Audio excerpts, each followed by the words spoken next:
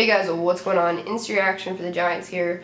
Week 8, they lost the Detroit Lions 31-26, and things aren't looking great. They're 2-6 right now. They're 2-6.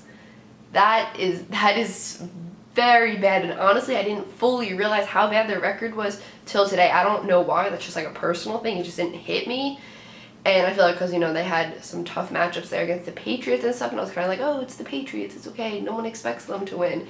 But when you're sitting at 2-6 after week 8, there's issues. There's got to be huge issues. I saw on Twitter someone reported that Jenkins said they're holding a players-only meeting tomorrow, so yeah, that says something right there. I mean, I talked about Pat Shurmur in the last video, some of the questionable play calls. And I feel like today there weren't as many questionable play calls. There were some play calls that were great, like the flea flicker, but Nate Solder's hold, negated that. And Nate Solder, that's been an issue that's been happening throughout the season since they signed him. But today he just really didn't have a good game. That second time Jones fumbled but recovered was because Solder just totally whiffed on the block, just bad, Trey Flowers just went straight by him, straight through him, really, really bad.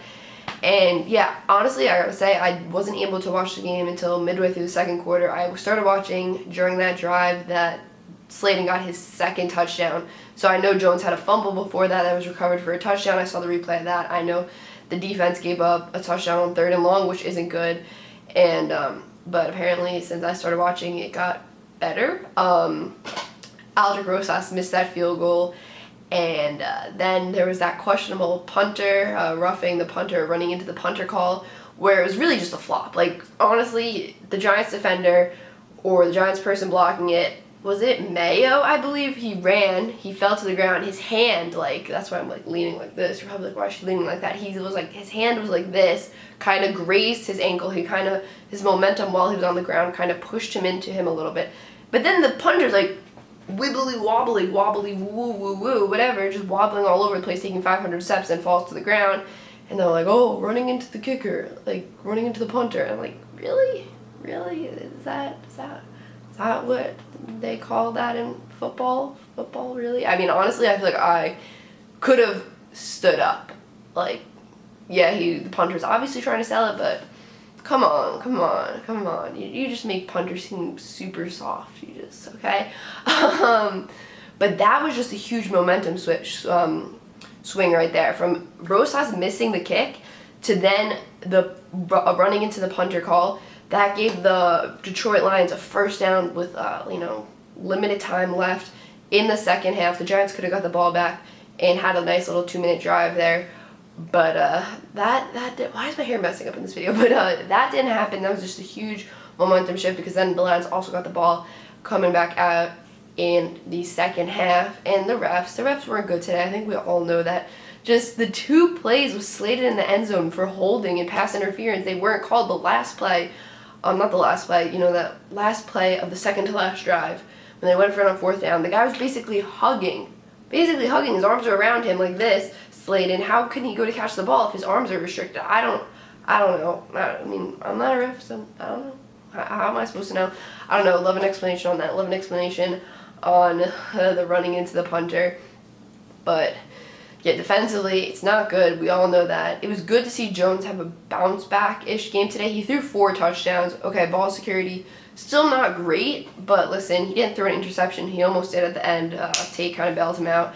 But it's getting better. He's a rookie, so pocket awareness, I guess he will develop more and more as he's in the league. But he did have some good throws today. Slayton, really, he's a speed guy, but he's also showed the ability to have great hands with 2 great catches. That's just a positive you want to see there. A guy who was not drafted, not a top draft pick. I think he was 4th rounder. Yeah, so to see him show flashes like that is really encouraging.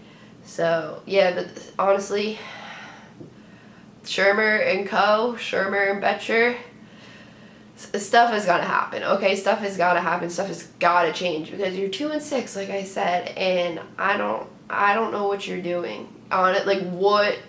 you're in manageable games, right? You're coming out of the gate so slow. In this game and the Cardinals game, you go down 14-0 early. Why is that? Okay, and then you're able to fight back, but then you fall short. So what's the issue there? What's the issue with your coaching there? Why is everyone coming out of the gate so slow?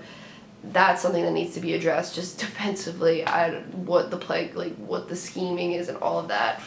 I don't know. How you give up a touchdown on 3rd and long. I don't know, and it's not good. So I don't know what they're gonna do. Shermer's definitely on the hot seat still. Sorry, I've been messing with my hair this whole video. Shermer's definitely on the hot seat still. And yeah, I guess that's all I want to say for this video. If they lose Monday night next week, we'll see what happens. With the McAdoo thing, he was fired in season really because of the whole Eli benching situation. I'm not saying Shermer's going to get fired, but something's got to happen. Something's got to change, okay? It's just, you can't be 2-6. This team wasn't supposed to be 2-6 at this point. I don't care how bad that defense is. This team wasn't supposed to be 2-6 at this point. And just another thing, like, Daniel Jones' development, you want him to be developing under a good head coach, right? So there's also that. You hope Shermer is leading, what's his face, Daniel Jones along well. I mean, you have Eli there, which is really a positive in this situation, because I'd be honestly almost concerned if it was just Shermer, the head coach, the only one really mentoring Daniel Jones, if he was the only one teaching him. So yeah, thank God for Eli being there. Alright guys, that's all I got for this video. Make sure to drop a like, comment down below, and subscribe. Peace out.